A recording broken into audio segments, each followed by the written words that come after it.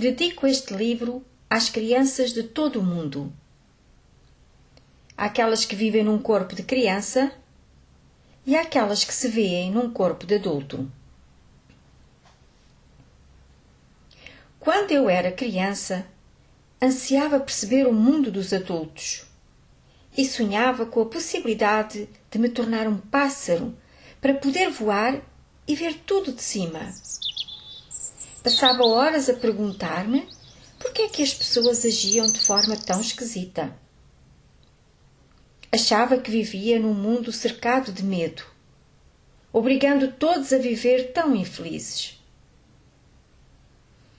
Aqueles que eu considerava saberem mais do que eu, nem sempre tinham as melhores respostas para as perguntas que eu fazia.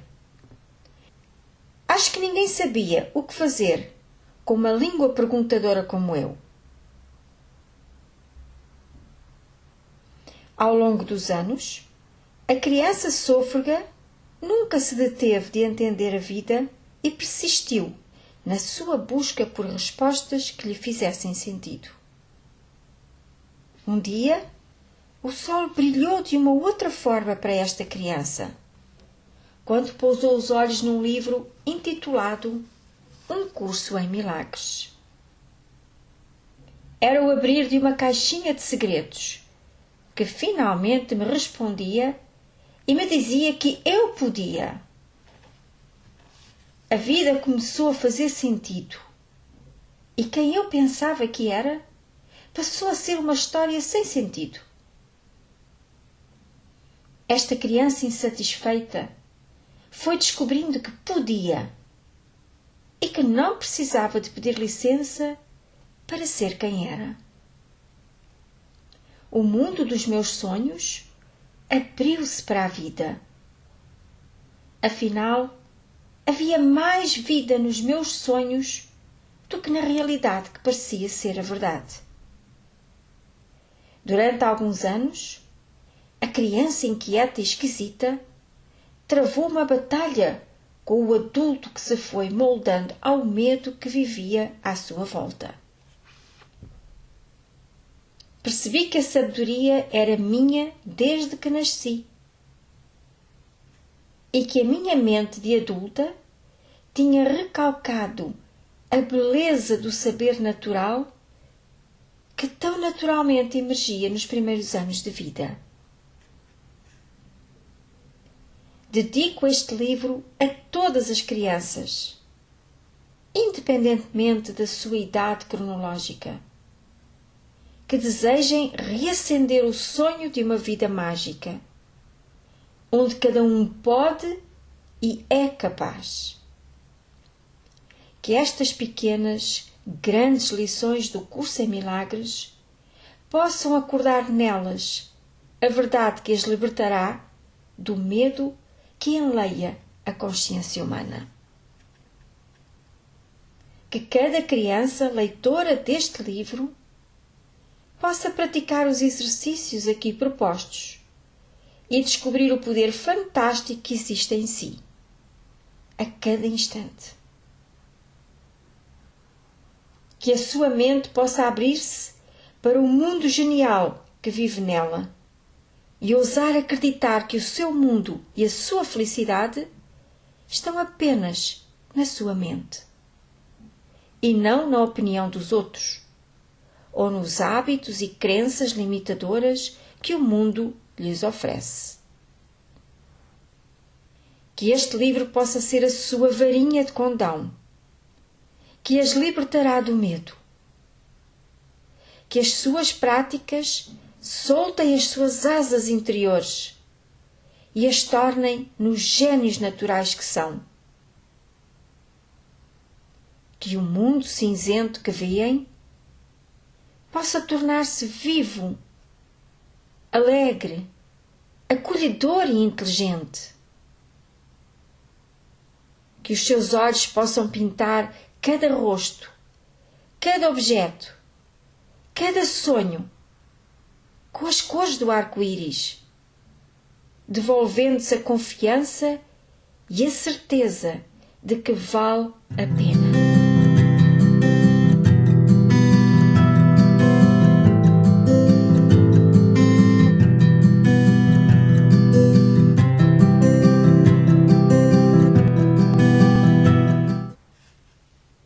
onde tudo começa. Era um lindo dia de sol. As manhãs, em casa dos manos Silva, eram sempre agitadas. O pai e a mãe levantavam-se cedo para prepararem o almoço que a família levaria. Era assim todos os dias.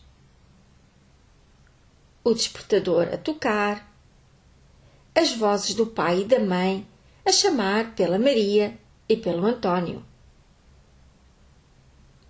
Em breve, um outro humano se juntaria à família. Pensava-se que seria um rapaz e que seria chamado de Carlos.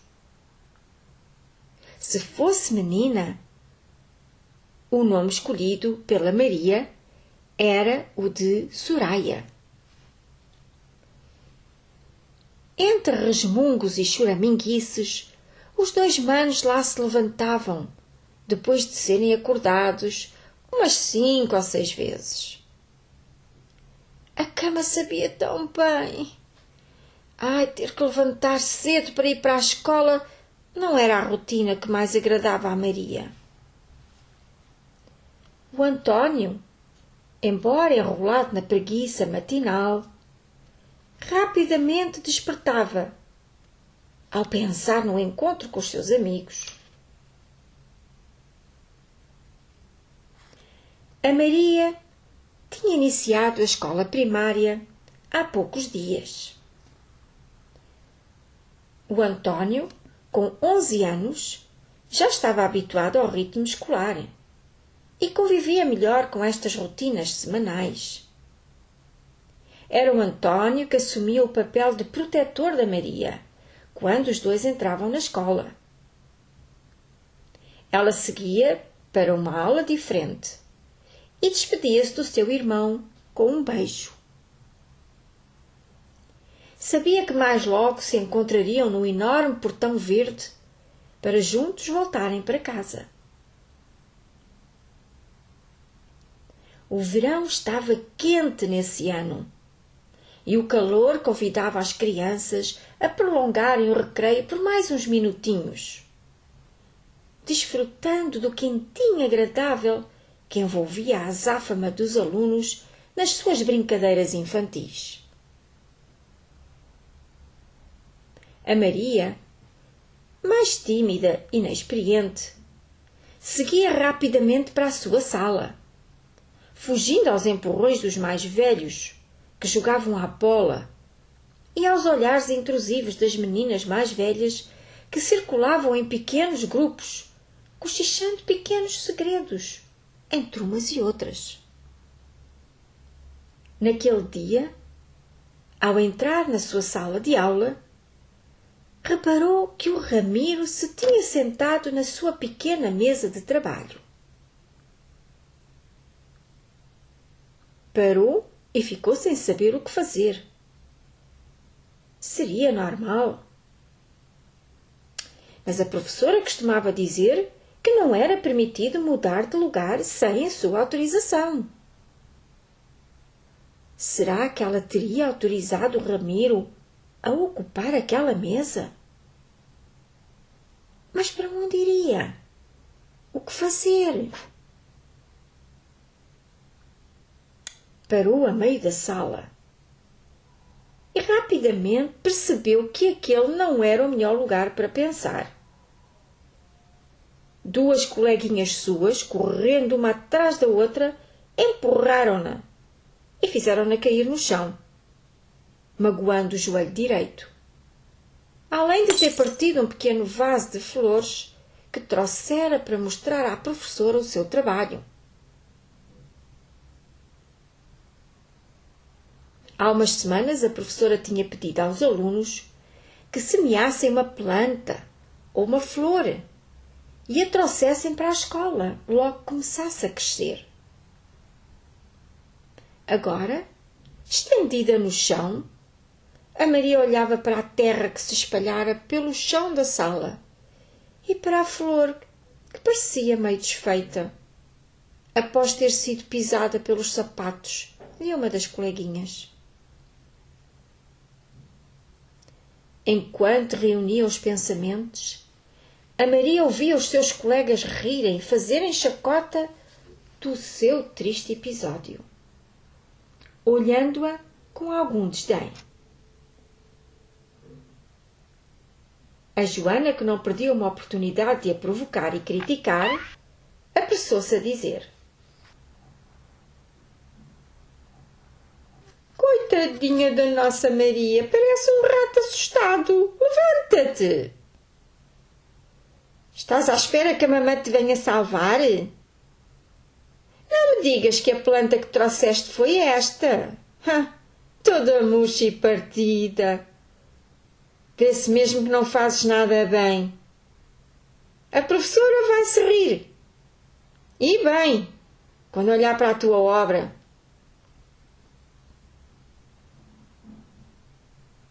Ao dizer isto, levantou o que restava da planta e mostrou-a à sala, instigando o grupo de colegas a soltar risos e sarcasmos sobre a obra da Maria.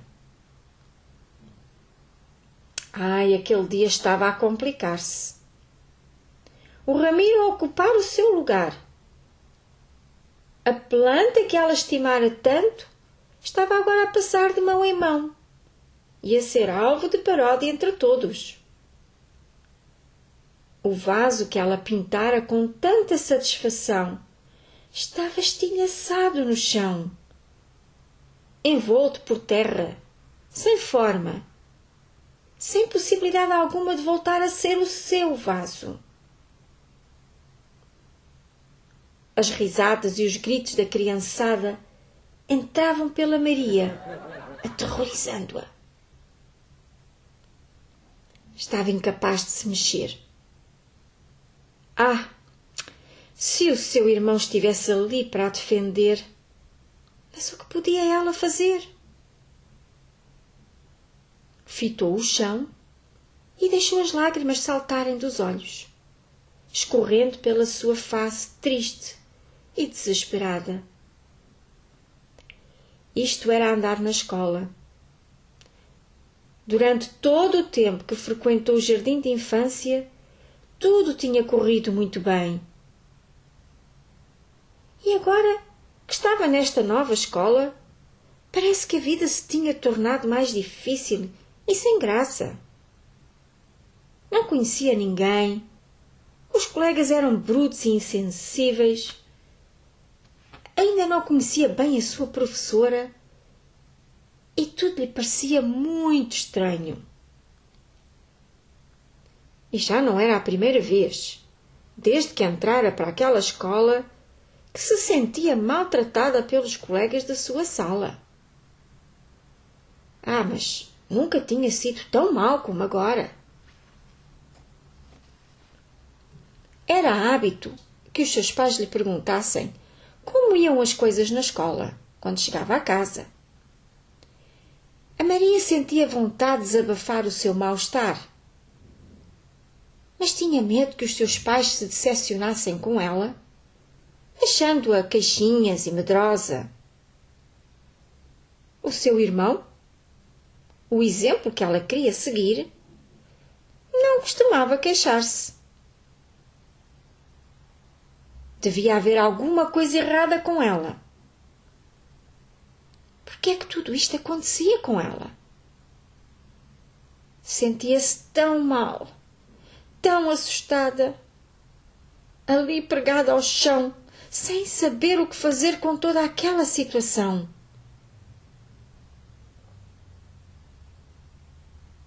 Entretanto, a Glória, vendo-a tão aflita, aproximou-se dela e disse-lhe: Maria, não te preocupes, foi sem querer. Não ligues às risadas. Elas são mesmo assim. Olha, a professora está a chegar e tens de te levantar. Vá, dá-me a tua mão que eu ajude. E assim, a Maria viu aquele momento horrível terminar. Graças à Glória. Ainda assim sentia uma tristeza enorme e só lhe apetecia correr para casa e fechar-se no seu quarto para poder chorar, chorar, chorar. Chorar sem nunca mais parar. A professora entrava finalmente na sala. E os meninos pulavam de mesa em mesa, ignorando a sua presença. Algumas coleguinhas correram ao seu encontro para lhe darem um beijo. A Maria encostou-se à parede e esperou para ver onde se iria sentar.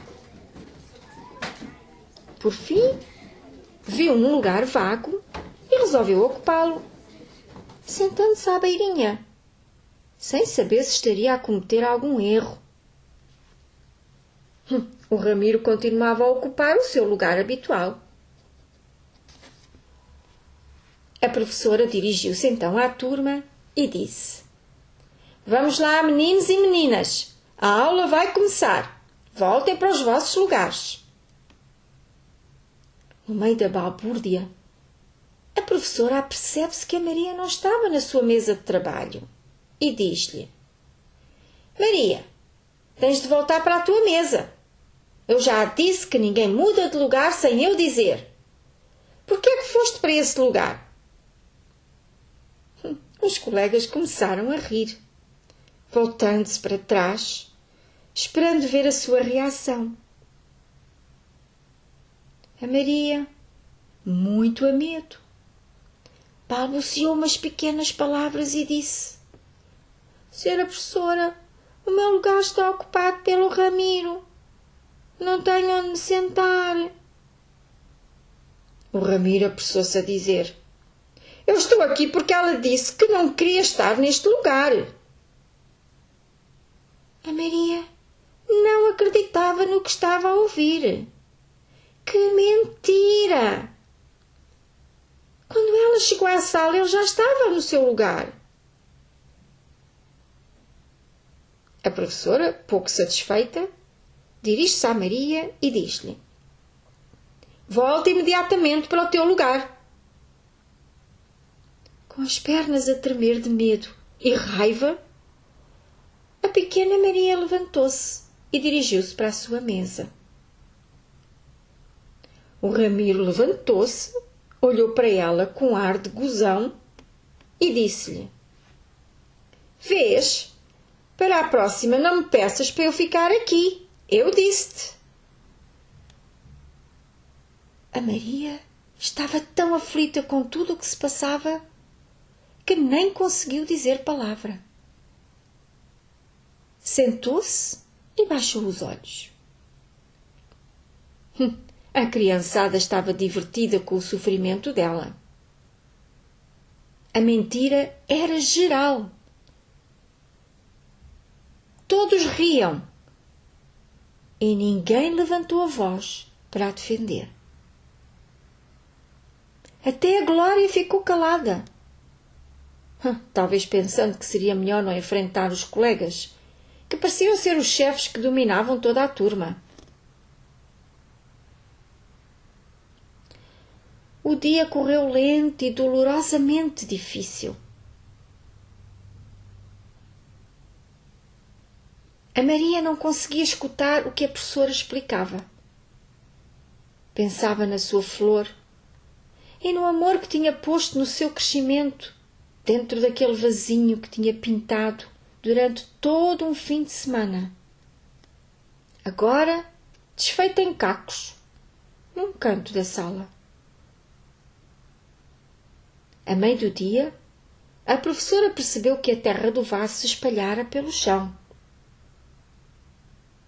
Alarmada com o lixo que ali ficara, perguntou espantada: Quem é que fez isto? O que é que aconteceu? O Francisco e o José apressaram-se a dizer com ar de vítimas: Foi a Maria que partiu o vaso. Estava zangada connosco e atirou-nos o vaso. Por sorte, não nos atingiu.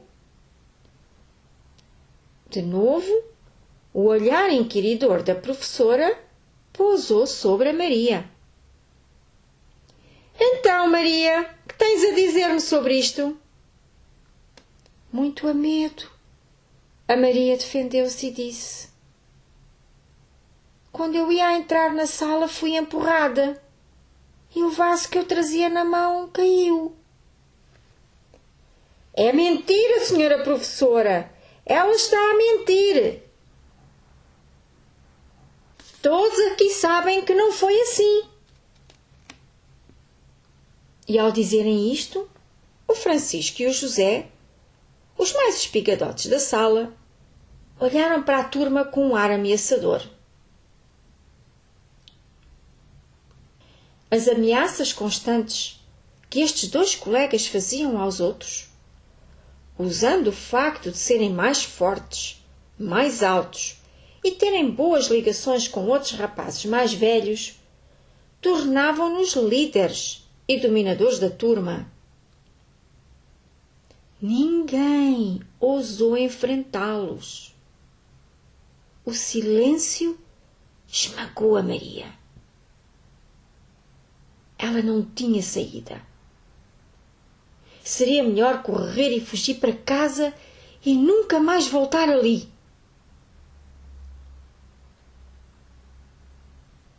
Mas o que iria o seu irmão dizer e pensar? E os seus pais? Quem iria acreditar nela? Ainda olhou para a Glória, mas ela baixou os olhos, receando uma represália do Francisco. Zangada, a professora dirigiu-se à Maria de novo. Achas bem o que fizeste? Por que mentiste? A Maria baixou os olhos e ficou calada. Sentia um nó na garganta e só desejava era fugir e nunca mais ver ninguém. A professora chamou a Maria e disse-lhe: agora vais limpar o lixo que fizeste. Mentir é muito feio. Fiquei muito triste contigo. E estendeu-lhe uma pequena vassoura com uma pá. E assim, a Maria cumpriu o castigo que lhe foi dado, começando a perceber como o mundo podia ser um lugar horrível e a vida se tornar infeliz e tão diferente do que ela esperava. O António, entretanto, seguira para a aula do ensino preparatório. A sua vida na escola, ao contrário do que a Maria supunha, não era tão feliz como isso. O conflito com alguns professores começava a agravar-se. Na sua ótica, ele achava que não era reconhecido nem aceito pelo professor de matemática e pela professora de português. Tudo o que corria mal na sala de aula era atribuído a si, de uma forma ou de outra. Ele sentia-se o bode expiatório da turma. Muito calado e introvertido, por vezes abria a boca e tornava-se ofensivo, agredindo os professores sempre que as suas palavras o magoavam. Era como se ele vivesse oprimido, sem saber. Como se existisse um vulcão dentro dele, pronto a explodir, sempre que era contrariado ou posto em causa. Às vezes acontecia também com os seus colegas, sobretudo quando estava a competir num jogo ou num campo de ténis. Ele adorava jogar, mas não sabia perder ou reconhecer as suas dificuldades ou erros. Precisava de se sentir em controlo ou perdia o bom senso e começava a disparar a sua ansiedade. Naquele mesmo dia, o António era confrontado com mais uma situação que o deixava irritado e mal disposto. O seu professor de matemática, que segundo a sua perspectiva não gostava dele, voltou a pedir-lhe que se calasse e deixasse que os colegas de lado prestassem atenção. Zangado por ser posto à prova, o António respondeu: "Por que é que está sempre a atacar-me? Não vê que há outros colegas a falarem? Parece que só tem olhos para mim." O professor não gostou da resposta e disse-lhe: "Preocupa-te com o que tu fazes e não com o que vês os outros fazerem. Eu estou a mandar-te calar e é isso que precisas de fazer." "Mas porquê eu? Porquê sempre eu?" perguntou o António. "Porque eu te estou a dizer para te calares. E isso é o suficiente", disse o professor. "Para mim não é. Explique-me porque é que não manda calar os outros." "Porque é contigo que estou a falar. Quando falar com os outros, não falo de ti." "Mas isso não é justo", retorquiu António. "Justo é fazeres o que te é pedido. Agora vamos continuar a aula." O António ficou mais uma vez muito zangado. As aulas eram uma seca e não percebia porque é que tinha que aturar aquilo tudo. Vingava-se no professor desafiando-o. Quando via os colegas atentos, ficava incomodado e, sem perceber bem porquê, inventava um pretexto para os distrair. Esta tendência do António estava a tornar-se um problema para alguns professores, pois não conseguiam que ele deixasse de perturbar as aulas. A professora de português já o tinha mandado para fora da aula por insubordinação. Parecia que ele estava em guerra com o mundo.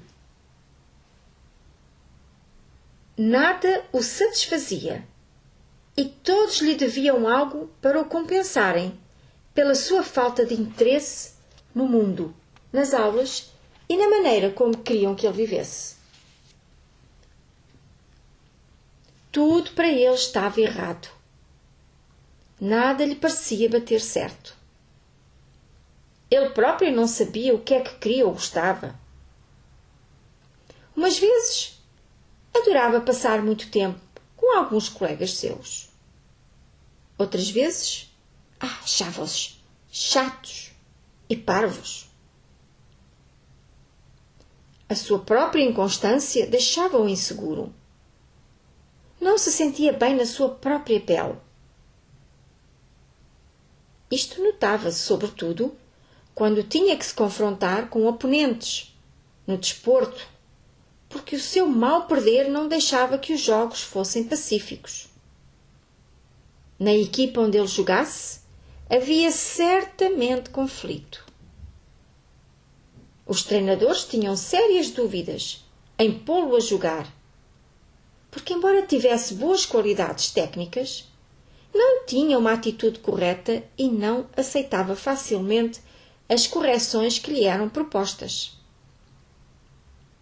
Vivia muito mal com as críticas. Ele queria estar sempre no topo, acima de tudo e de todos, e nunca ser posto em dúvida. Quando chegava à casa, a sua atitude mudava, ficando calado e distante, refugiando-se constantemente no seu quarto. Desculpava-se que tinha que estudar e passava a maior parte do tempo com a porta fechada em frente ao computador. Os pais tentavam que ele se integrasse mais na vida familiar, mas a sua recusa era constante, desculpando-se com os trabalhos, os jogos, os amigos, ou com uma típica dor de cabeça.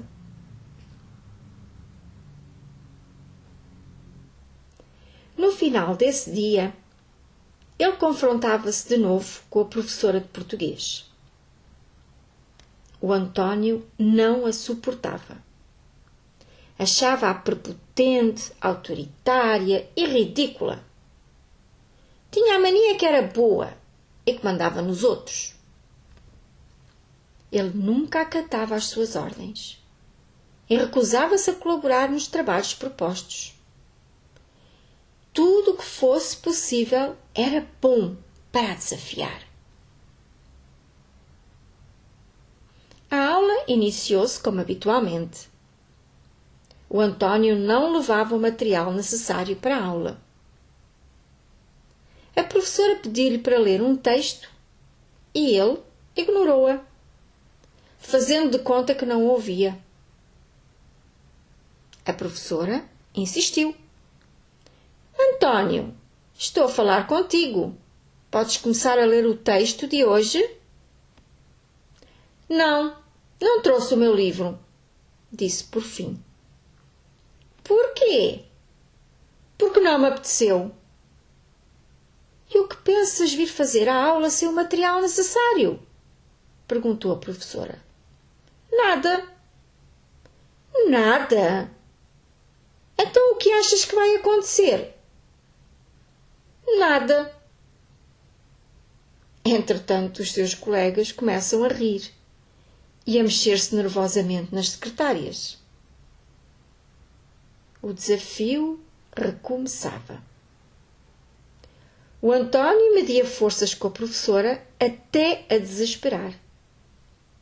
Ela queria que ele aceitasse integrar-se e ele queria desafiá-la. E o jogo parecia nunca terminar. Bom, se te recusas a participar da aula, terei de avisar os teus pais. Não se atreva, professora, disse num tom severo o António.